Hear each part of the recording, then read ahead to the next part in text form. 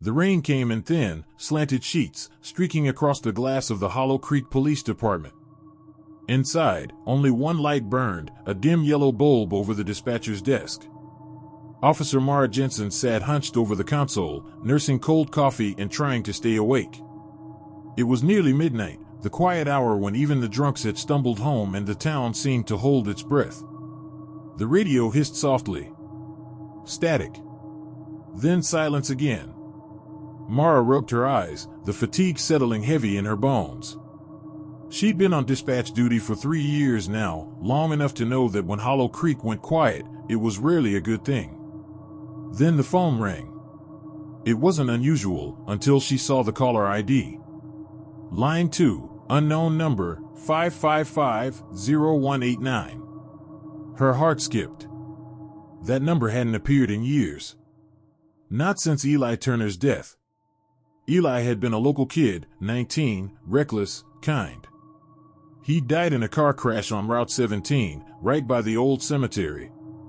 Mara remembered his mother's screams the night she got the call. And she remembered standing at that same dispatch console, watching the red light blink. Because that was the night Eli's phone rang too, 30 minutes after the crash.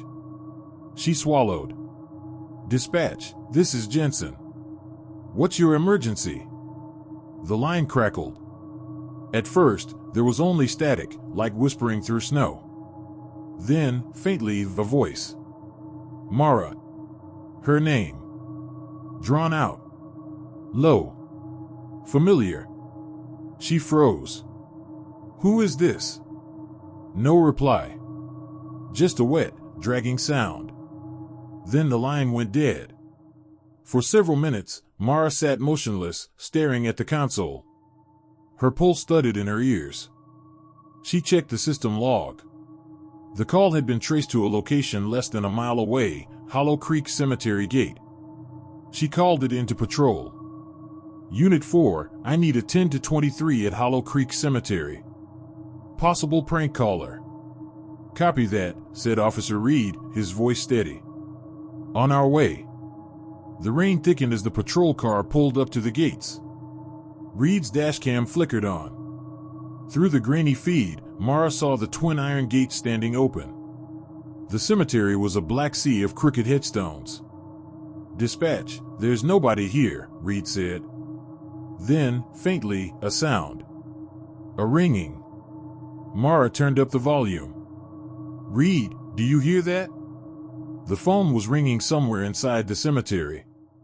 One long, continuous tone echoing through the mist. Reed followed the sound with his flashlight until the beam caught something resting on an old stone slab, a cell phone.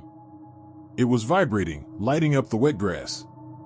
The screen said, incoming call, 555-0189. Reed hesitated. Jensen, that's the same number you said called in? Mara's throat tightened. Don't answer it. But Reed did. He pressed the phone to his ear. At first, nothing. Then, softly. Tell her to come.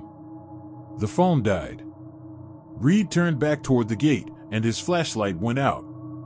The next morning, Reed's dashcam footage was reviewed. The video cut off abruptly at 13 minutes and 29 seconds.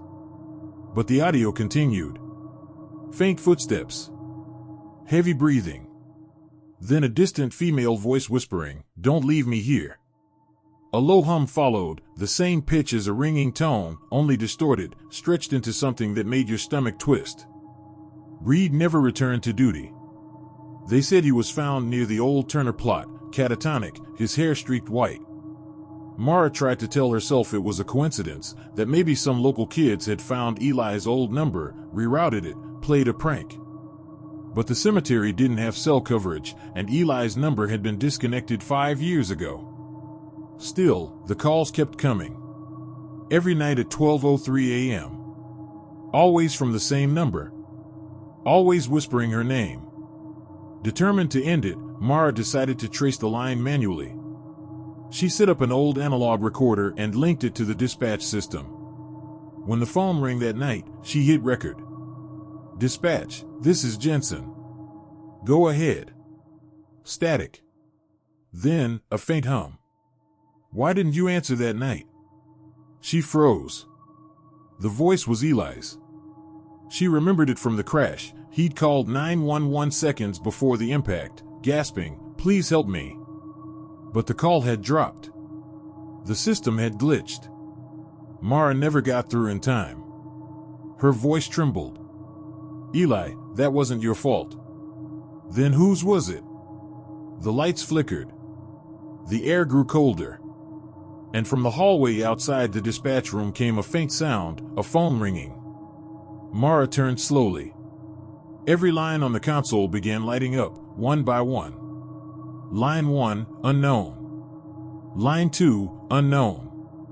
Line 3, unknown. Until the entire board glowed red. She picked one. A voice whispered, "Come to the gate." The rain had stopped, but the mist clung low to the ground. Mara drove out to Hollow Creek, her headlights cutting through the fog. When she reached the gate, the world felt unnaturally still. No wind. No sound.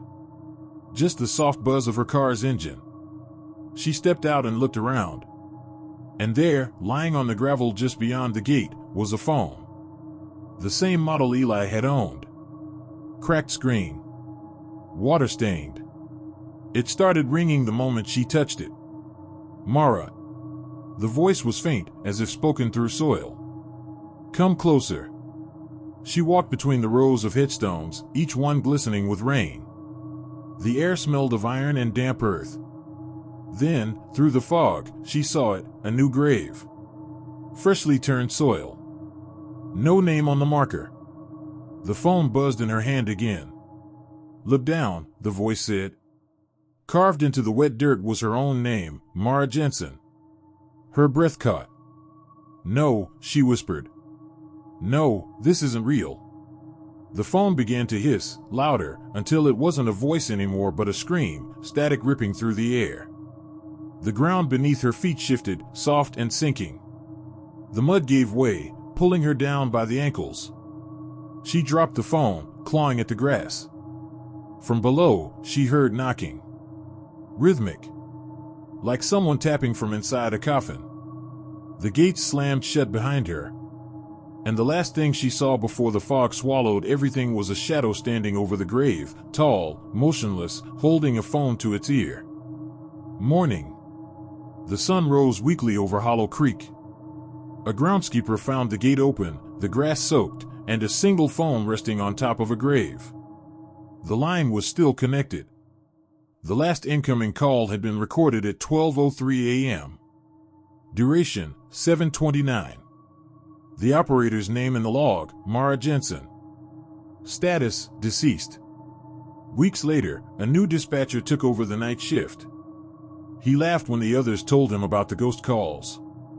"You people watch too many horror flicks," he said. But that night, at exactly 12:03 a.m., the phone rang. Line 2, unknown number, 555-0189. He picked up. "Dispatch, this is Grant. What's your emergency?" Static. Then a woman's voice. Faint, distant. "Don't answer the next call." Then silence. The line went dead, and the phone rang again.